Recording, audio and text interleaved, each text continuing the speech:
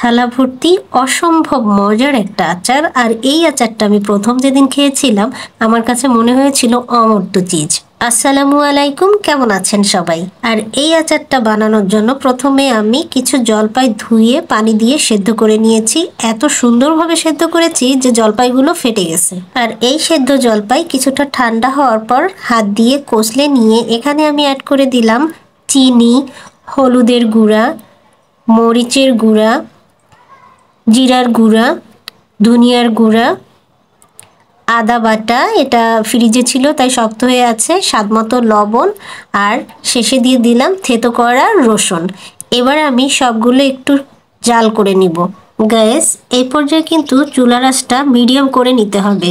আর এই আচারটা কিন্তু সারাক্ষণই চুলার উপরে দেওয়ার পরে নাড়তে হবে, না নাড়লে কিন্তু নিচে পোড়া লেগে যাবে। আর এই যে দেখুন চিনিটা গলে যাওয়ার পরে কিন্তু কেমন একটা নরম নরম ভাব চলে আসছে। আর এই পর্যায়ে এখানে আমি একটু সরিষার তেল অ্যাড করে দিলাম।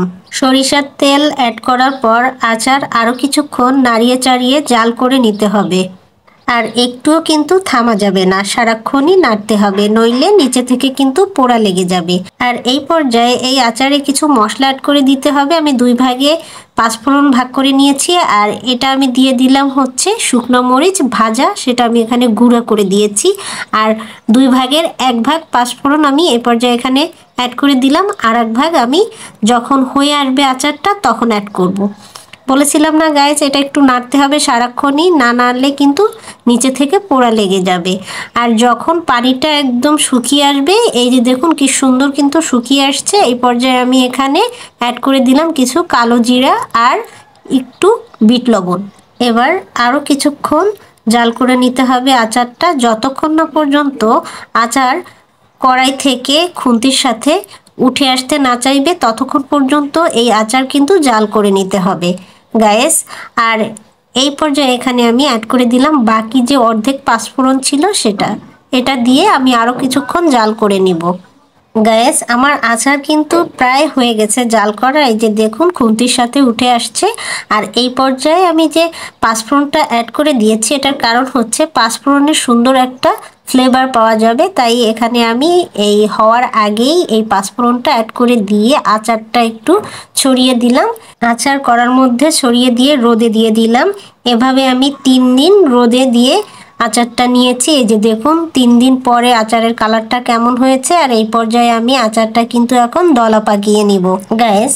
আর এই জলপাইয়ের বিচিগুলো কিন্তু আমি ফেলবো না, একটু করে আচার নিব, আর এই আচারের মাঝখানে একটা বিচি দিয়ে আমি সুন্দর করে দলা পাকিয়ে নিব।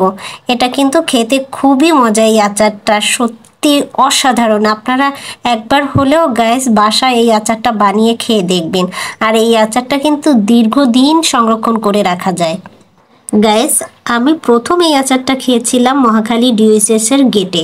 ওখানে কিছু স্টল আছে যেখানে চা পাওয়া যায়, তারপরে আচার, ঝালমুড়ি, ফুচকা, পিঠা, এই টাইপের খাবারগুলো পাওয়া যায়।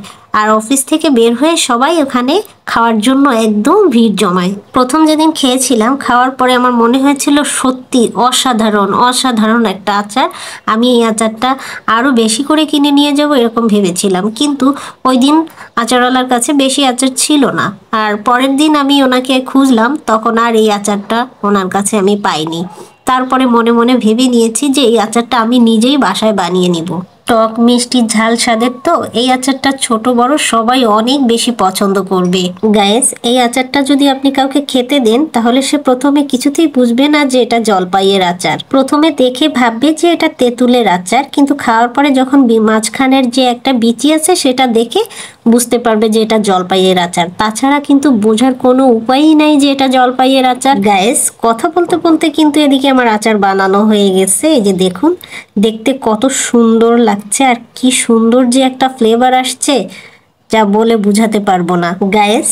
আপনারাও চাইলে কিন্তু এই আচার বানিয়ে নিতে পারেন জলপাই থাকতে থাকতে। কিছুদিন পরে কিন্তু আর জলপাই পাওয়া যাবে না, তখন কিন্তু চাইলেও বানাতে পারবেন না। গত বছর কিন্তু আমার অবস্থাটা এরকমই হয়েছিল। আমি কিন্তু জলপাই খুঁজেছিলাম এই আচার বানানোর জন্য, কিন্তু পাইনি, তাই আর বানানো হয়নি গাইস। আমার ভিডিও ভালো লাগলে আমার ইউটিউব চ্যানেলটি সাবস্ক্রাইব করে ভিডিওতে একটা লাইক দিয়ে ভিডিওটি শেয়ার করে দিবেন। এই ছিল আজকের আয়োজন। আজকের মতো এখানেই শেষ করছি। আবারও চলে আসবো নতুন কোনো ভিডিও নিয়ে। সবাই ভালো থাকবেন, সুস্থ থাকবেন। আল্লাহ হাফেজ।